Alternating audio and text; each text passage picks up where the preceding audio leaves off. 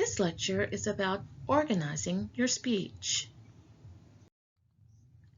First, we'll talk about speech structure. There are three main parts to speech structure. The first one is the introduction. This is where you want to capture the attention of your audience. It's also where you'll want to talk about the purpose of your speech, and it will let your audience know where you'll be going with your speech. The introduction is very important because this is where you want to grab their attention and you want to keep it throughout the entire presentation. Next is the body.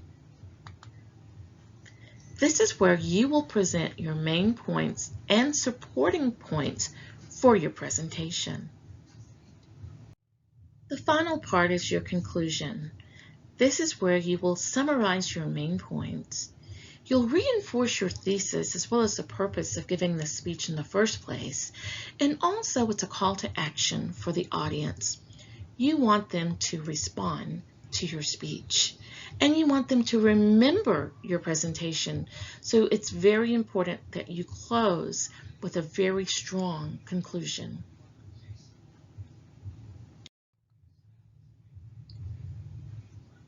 Now back to the introduction. It's made up of several components. First of which is gaining the audience attention. That's extremely important because once you get their attention, they're engaged in your speech and you want to keep them that way for the duration of your presentation. Your thesis statement is really a sentence that summarizes your entire speech. It's the whole point of your speech. So make sure that you're very clear with your thesis statement. Credibility is extremely important. Your audience will want to know that you're a credible speaker. If for any reason the audience doesn't believe that you are a credible speaker, you will lose your audience. And so it's important that you stress and emphasize your credibility. Let them know that you are a legitimate presenter on whatever topic you choose to talk about. Also, it will preview your main points. We'll kind of let the audience know this is where we'll be going. It's kind of a roadmap for your entire speech. And then you'll transition into your speech body.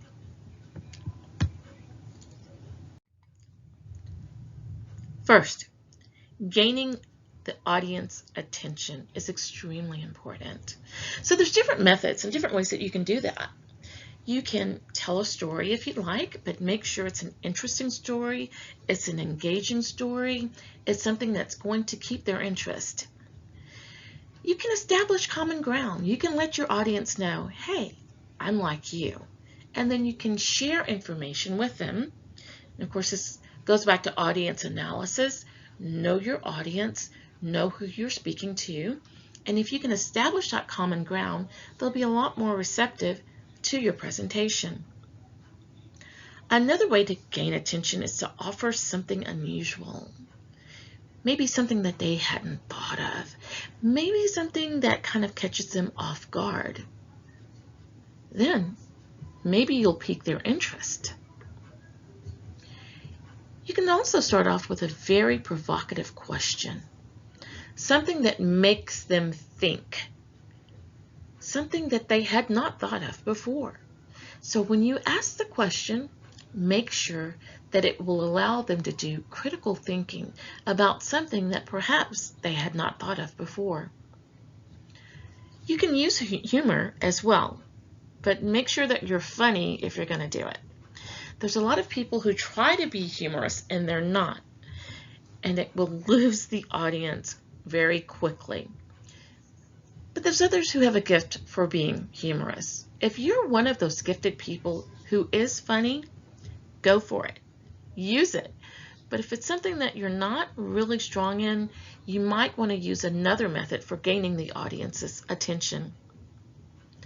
Some speakers start off with quotations. If there is a particularly strong quotation that you have a deep-rooted feeling for, you can use that. And you can also refer to the audience and/or the occasion. Why are we here? What is this for?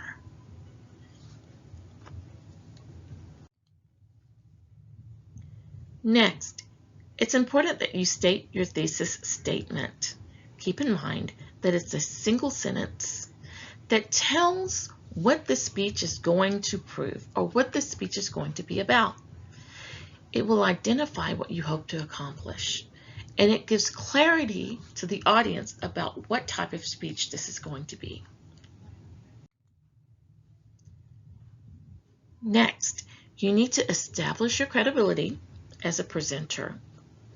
And this is where you can talk about yourself, your qualifications, your experience, whatever knowledge you have regarding that topic.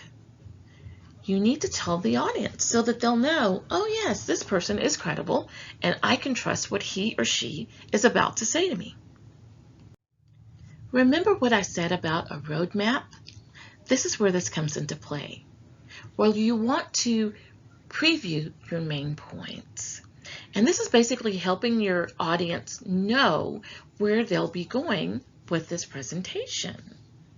So introductory previews, they're very straightforward. They're very concise, and it allows the audience an opportunity to digest what you've told them and to be prepared for what you're going to tell them. Now, your main points should be stated in the order that you're going to present them. So if you have A, B, C, and D, make sure that you have that same order in your presentation as well. Otherwise, it can be very confusing for your audience, and you can also lose them that way.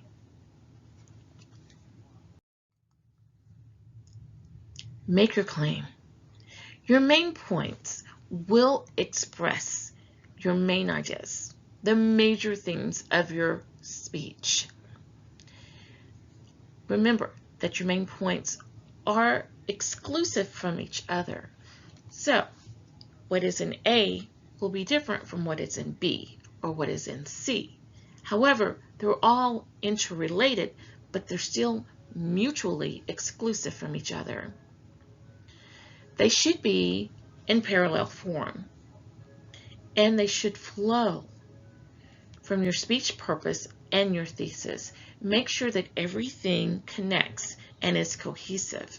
You don't want a discombobulated speech, because that's very confusing and frustrating for your audience as well. Strive for unified, coherent, and balanced organization. So important for you as a speaker and for your audience as listeners. Unity. This speech only contains points that are identified in your thesis statement or your purpose statement. Don't go all over the place with your presentation, because if you do, you will lose your audience. So you need to be focused, and it needs to be concise and have unity with your thesis statement. You need to have clear, logical organization for your presentation. So when you're writing out your presentation, make sure that it makes sense. Because if it doesn't make sense to you, I guarantee you it will not make sense to your audience as well. So organization is extremely important. Everything must be coordinated together so that you don't lose your audience because you're going all over the place. I don't know if you've ever heard a presenter that talks about A to K to Z to B to J. It's so confusing and frustrating. Chances are, if you've heard a speech like that, you've probably tuned out. You don't want your audience to do that with you. So it's very important to be organized. Balance. For each one of your parts or each one of your points, like A, B, C, and D, you need to give the same amount of time to each one of those. So if you speak for 2 minutes on A, then you need to have 2 minutes for the other sections as well. Supporting points. This is extremely important as far as credibility for you as well. The points will show that you've done your work. And you can use a lot of different things from this. You can have examples to support your points. Narratives are awesome. A lot of times audiences love to hear stories, especially if they are interesting. If they're not so interesting, might be a little boring, you might want to cut it out. Testimony. If there's something that you've experienced and you can give key witness testimony about something, share that with them, as well as facts and statistics. And again, be careful with your facts and your stats, because there are always things that can be double checked by your audience, and you'll want to make sure that you have it right when you make your presentation. Transitions are extremely important because it gives direction for the speech. Back to the roadmap.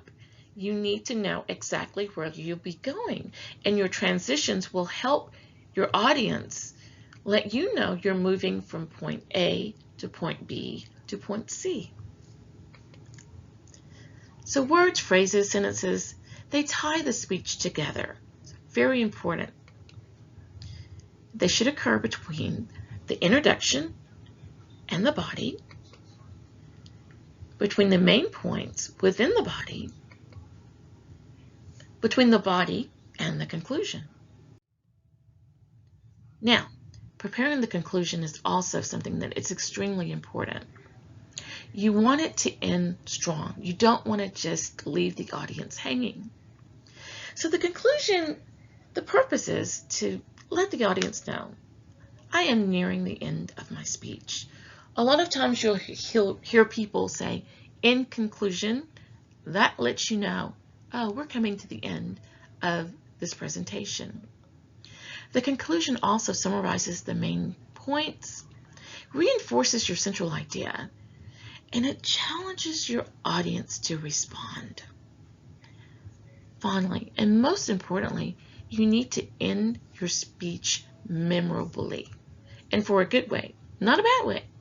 Make sure that when you end your speech, you end it strong and powerful. Your audience will remember you for that. So, toward the end of the speech, providing closure. Again, use those transitional words. Finally, in conclusion, let me close. All of those things will let your audience know I'm coming to the end of my speech. You'll also want to adjust your manner of delivery as far as your tone, pitch, rhythm, and rate. And that's extremely important, that you make it where your audience knows we are nearing the end of this presentation. The conclusion components, you review your main points, restate your thesis or your purpose, and you have that closing call to action. Very important as far as your conclusion is concerned. Something else to remember with your conclusion. You need to summarize and review your main points. You restate your main points, and this is helping your audience remember them. It's going to bring the speech full circle, and it's going to provide a sense of completion for that presentation. Restate your thesis. Remind them what the speech was about. It will let the audience keep that in their memory. Finally, state a closing thought or call to action. You'll want your audience to do something with the information that you've given them in your presentation. An informative speech will challenge your listeners to use the information that they've learned. They might not have known anything about your topic but now they do.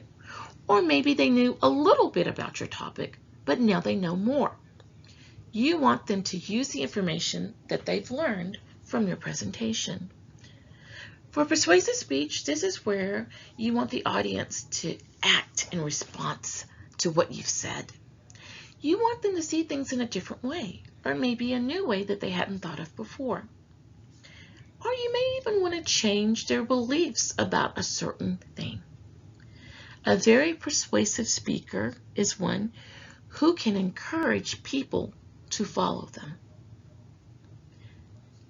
Finally, you can close your presentation with a wonderful quote or a memorable quote, an interesting story, or maybe a powerful question or a challenge for the audience.